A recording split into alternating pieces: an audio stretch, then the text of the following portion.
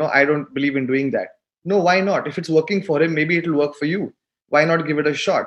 Or if there's somebody in the office who's really well turned out, who's extremely well groomed, who looks like $1 million, and I say, oh, you know what? I don't really care much for appearances. I am fine the way I am. No, why not? Why not? I try and look like that. Maybe um, I'll feel better. I'll feel more confident because appearances matter.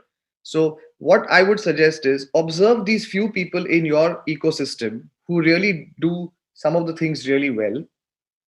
Note those things down in your mind. For example, somebody is very good at money management, somebody is very good at time management, somebody is very good with their children, somebody is a good spouse, somebody is a good manager. So observe these things and try and inculcate all those qualities, all those values into you. So that is what I try to do. I observe small small things about people, and then I say, hey, I don't have that quality. How can I get it? Can I change something in my behavior? Can I tweak something in my appearance to look like that, to be like that? And then I try and imbibe all those qualities in me. And then you become what is called a genie bottle, right? You become a genie bottle with tons of qualities. And then you become priceless. You become invaluable to an organization.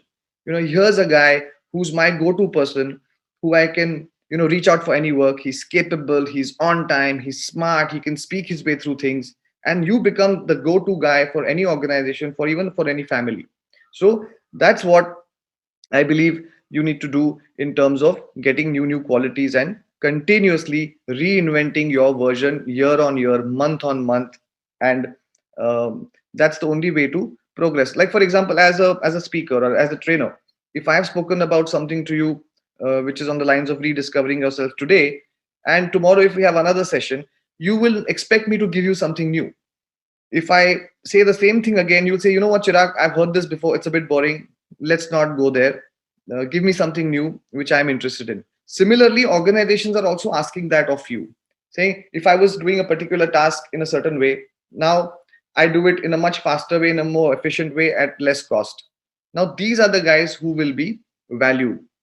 Or if there are two types of employees, employee A, employee B, say there's Chirag and there's Nikita. And Chirag goes to the boss saying that, boss, there's a problem, and tell me what to do. I have no idea.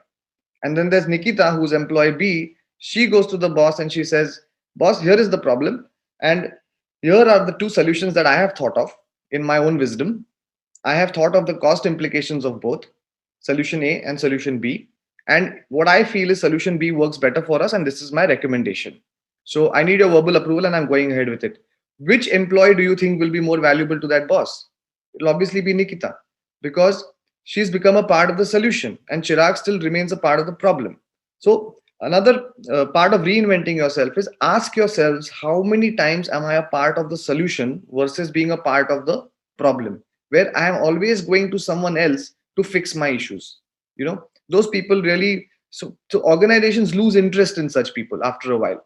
If you want the organization to remain interested in you, you will have to be the Nikita of the organization. Mm, okay, so where was I?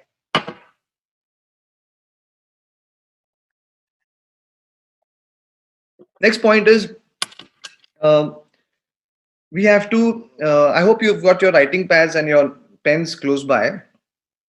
When was the last time we chalked out what is known as a PIP, which is a personal improvement plan? So, on whatever points I spoke about in the version control, now there are some which are work related, there are some which are personal life related, and there are some which is personal related. So chalk out a plan, put them across these parameters, saying work, personal life, and then person, which is me. And then write down what are the parameters you want to work on quarter, year on year, at least for 2021. Put that plan out. You might want to share it with me later. You might want to share it with webinar stores, and then they'll send it to me. I'll be happy to go through it and validate it for you. And say that, I'm setting timelines. If I want to achieve these goals by these dates, these are the things that I need as inputs. These are the courses that I might need to do. These are the people I need to help me out with. And then make a proper chart, make a proper plan, and say 2021, this is the performance improvement plan or a personal improvement plan. and this is how I'm going to go about it. So when we meet again on December 31st in 2021, you will have accomplished a great deal, and that is a feeling that nobody can take away from you, and that will be a huge hugely deep, satisfying feeling, which nobody can really say that, you know what, that was my contribution to. No, this was my contribution. There's some message from them. Okay. um, so that was the point on personal improvement plan. The next point was, uh, what happens is with us is that human beings are creatures of habit. So recently I conducted a training program, and this was in Chennai and in Bangalore. I was there for the last 1 week, and it was a 2-day session for each of the batches. So the batch used to come in on day one, and they used to obviously go and sit wherever they wanted to, and then they would leave on day one. And then the next day, when they came in, without anyone telling them or without any designated seating, they would go and sit exactly where they were sitting on day one. So I asked them to check. I said, have you noticed where you're sitting? And they said, yes, we are sitting exactly in the same place we were sitting yesterday. And I said, well, did anybody tell you to go and sit there? Or did anybody put your nameplate there or a name tag there? And they said, no, sir, nobody asked us to go and sit there. I said, then why did you go and sit there? Did you think about it? So they said, well, it's comfort. I'm comfortable. I said, well, you know, what's the comfort? The chairs are the same. The AC temperature in the room is same. The speaker is the same. I said, where is the comfort? I said, it is not comfort. I said, it is the fact that human beings are creatures of habit. I said, at one stage, we become highly predictable. So if I observe, say, a Yuvraj working for a day, after I leave his office, next day at say 10:30 in the morning, I will be able to predict what Yuvraj must be doing. Or at 3:30, I should be able to predict what he's doing, because we get set in a pattern. Now, for growth and for reinventing ourselves, fighting predictability is very important, because being predictable is extremely dangerous. And I'll tell you why. The moment we become predictable, it becomes very easy for other people to manipulate us. It becomes very easy for other people to know which strings to pull and get what reaction out of us. For that, you have to have immense control on your mind. So, for example, somebody will say, you know what, you do this to Suchita, she will react like this.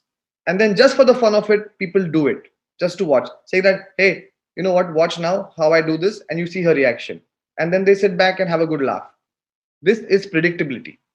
Suppose Suchita surprises them one day by not reacting in the manner that they had expected.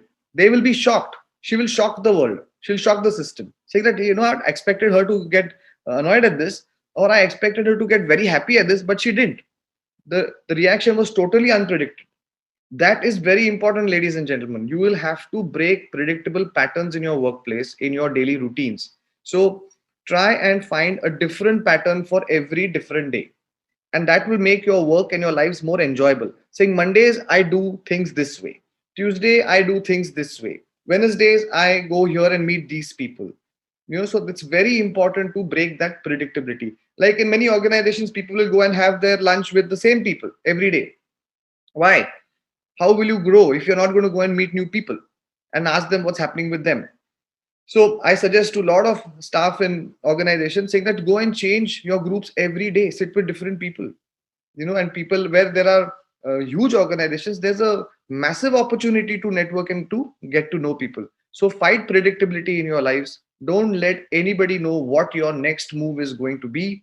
Don't let anybody know what you're thinking, and don't let anybody know what are your emotions. That is very important to ensure that you retain control, because the moment you become predictable, the control transfers from you to the other person, and that is not something that I would like you guys to relinquish so easily. So that was on the predictability part. The next part was, when I say when I spoke about controlling your thinking earlier. The reason I said that was because what we think in the metaphysical world, and the metaphysical world is basically our thoughts, right? So there are a lot of thoughts in the mind where this is happening, that is happening, this person's doing this to me, this